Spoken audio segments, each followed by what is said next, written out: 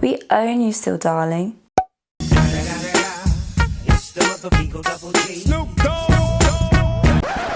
G'day mates, hello Visilinguists, and welcome back to a brand new video.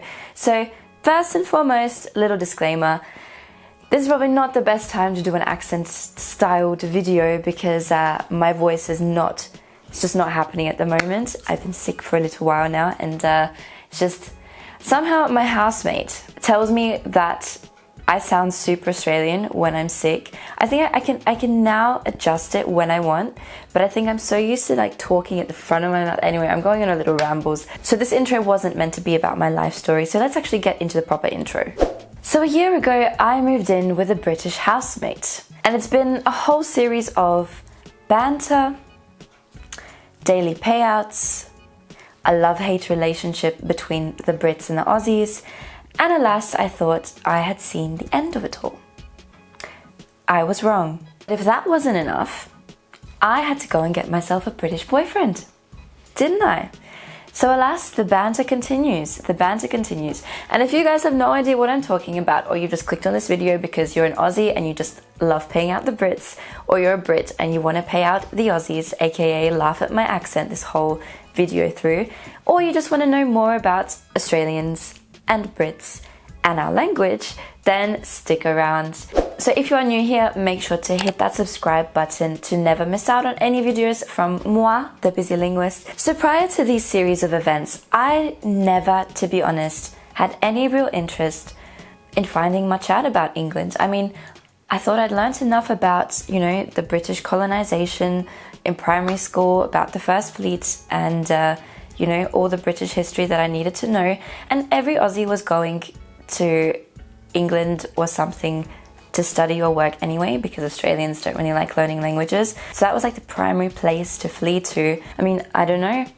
I guess it is possible to get sick of 330 days of sunshine a year compared to the equivalent in rain in England. Meh, who's to judge? So yeah, I had really no real knowledge about the English, apart from the drunken tourists you see in Australia getting dehydrated from the sun. Yes, darlings, it's the sunshine. It'll do that to you. I'll stop now, I promise. I love you guys. You can pay me out for wanting to move to London anytime. So it's weird because every time I go to England now, I'm hit with this strange sense of deja vu almost, as though I've been there before, as though I'm heading home, because it reminds me so much of Australia, but without the, 20 additional hours of flying, and it's only 1.5. So aside from the obvious differences, I've never felt more at home in a place like I have every time I go to England now. But yet strangely at the same time, and I don't really know how to feel about this, I have never felt more like a foreigner, or I guess more Australian, than I have when I'm in England. And it's such a weird concept because I grew up watching British shows on TV, and Australian English is pretty much like 85% British English with an added mix of 5% of American English, and the rest is just Aussie slang. So you Brits, are we cousins? Are we brother and sister? Like, what is the relationship here? So I thought it'd be really interesting to share with you guys, because I just need to get this off my chest, to be honest. And having been overseas for years now, I feel like I don't even know which English I speak anymore. So I had to go and do some research and be like, okay, what percentage is my English? Has it become Americanized from living here in Germany? Has it become more Australian? I don't know, I don't think so. And where does this whole British blend come in? So you can play along with me as well. But what we're going to get into today are some of the key differences I have noticed between British English and Australian English, and the things, to be honest, where I don't care how correct you want to tell me they are, I'm going to say them the way that I've learned to say them and how I have been saying them for the last 23 years. So let's get into it. The first word is jumper. Now, jumper is not what we call a kangaroo in Australia.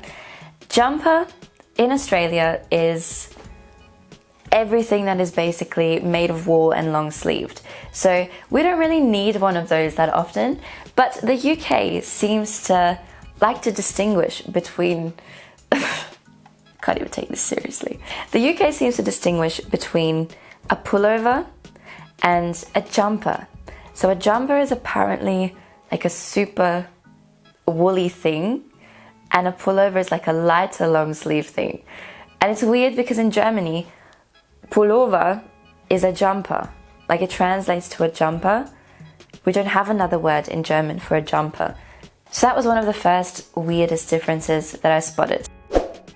So a couple of weeks ago, I was in England and my boyfriend said to me, do you want to put your trainers on? And I was like, sneakers. You mean sneakers? Is it your trainers? Because you're training them. And I said, well, what if I'm going for a walk and I'm not going to training? What are they going to be called? Walkers?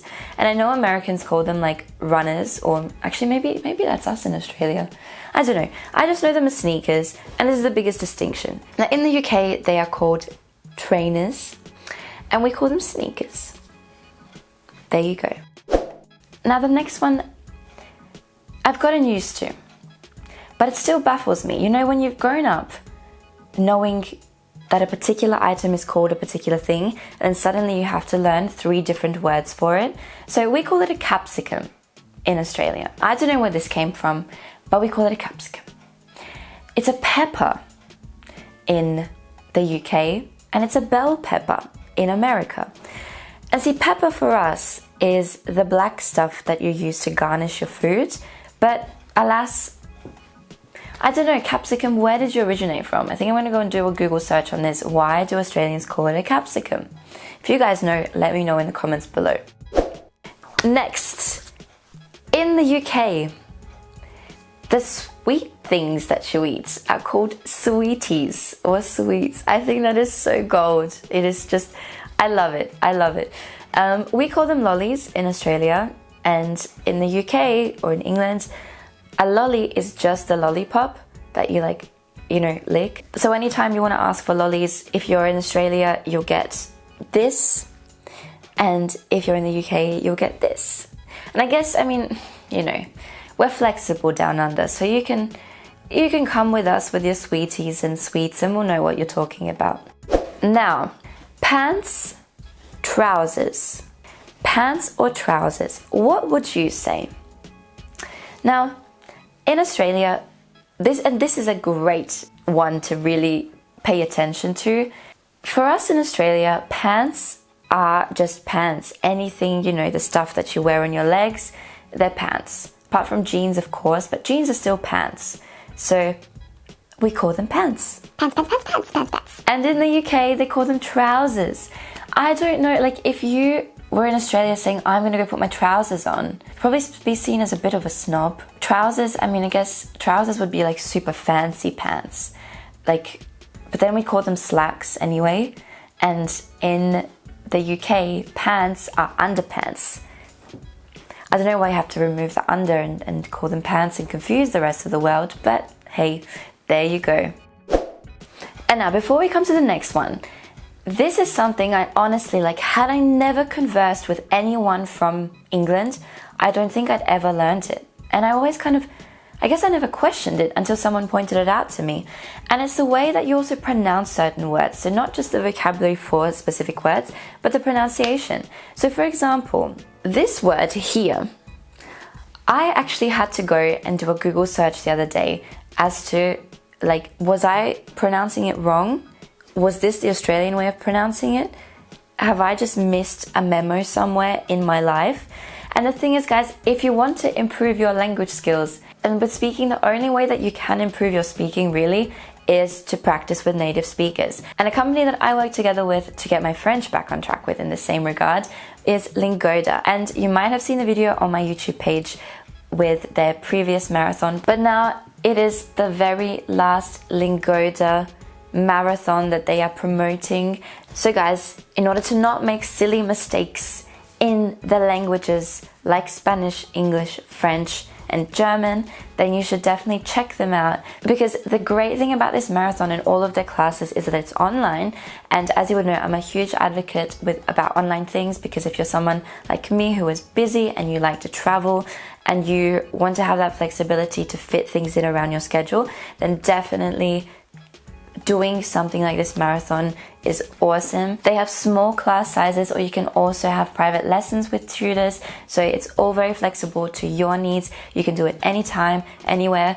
Honestly, I had one of my students who did the marathon last time, and they had some lessons at like 3 a.m. and they were like, well, I stay up late so I can do it. I was like, that's really cool, actually. So to participate in the full marathon, it is 30 classes a month, and the half marathon is 15 classes a month. So the full marathon really would be the best way to get your fluency up way quicker. And it's also really good to have that accountability, so you know that you're not alone. You're having that interaction with other people and native speakers who are all qualified teachers. So it's a really great opportunity. So all you have to do are two simple things. Make sure you register by September the 9th, and pay your deposit to make sure that you secure your spot. And the thing with the deposit is it's to secure your spot in the marathon, so once it's there, you know that A, your spot is secured, and B, that you've also covered already a cost of the marathon price, so that amount isn't an extra amount on top, it just gets taken away after the first month. And if you attend all of the classes, Lingoda will refund you back completely, which is just awesome. It's just, honestly, it's a win-win situation. And I have a code down below for you to get started, so make sure to check that out, guys. So coming back to the next point, I didn't tell you guys what the word was. Project. No one has ever called me out on this. It's because Australians. I mean, you know. But in Australia, we say a project, whereas Americans and Brits call it a project. So my boyfriend is a project manager, and he goes, I'm a project manager. And we argue about this all the time. Like, I say, I'm going to say project because this is how I learned it, and I'm never changing my ways. So there you go. That is probably one of the weirdest things, because I didn't even realize it until a few weeks ago. So the next difference, chips versus crisps. Now, I don't really eat crisps, but remember when I ordered a meal in England and I got a sandwich and crisps on the side, and I was just so baffled, and I thought, what is this? Is this normal? Like, what? So first of all, they eat like potato chips with sandwiches, which is just weird, but also they call them crisps. I don't know, like, I get it, they're crispy, but still, like in Australia we call them potato chips, and the chips, just chips, are like, you know, these here. Whereas in England, yes, these are also chips, or maybe the thin ones are French fries, but these are their crisps. I don't know, people. So there you go, guys. These are some of the key differences that I've noticed between Australian English, British English, and of course, they also have a ton of expressions that are just weird sometimes. I mean, the majority of expressions that we use in Australia are kind of the same. But like, for example, I'll go and down the hatchet. It's like, it just sounds like you've escaped from the year 1800. I don't know. That's just my impression, to be honest. So don't take my word for it. But we just say to scull a drink, whereas they say down a hatchet. So those types of things are really cool. And I can just, yeah, I think it's really, really interesting, because it teaches you so much more as well about your own native language. And yeah, had I never spoken to native speakers from England, then I'd never known these things. So there you go, guys. I hope you enjoyed this video, and let me know in the comments below as well some of the weird differences. I know that there exist, for example, between different French-speaking countries, between different Spanish-speaking countries, even German-speaking countries. Like in Germany, we call a tomato tomato, and in Austria it's a Paradeiser. So thank you for watching. I hope you guys enjoyed this video, and I will see you next time. Toodaloo! What is that?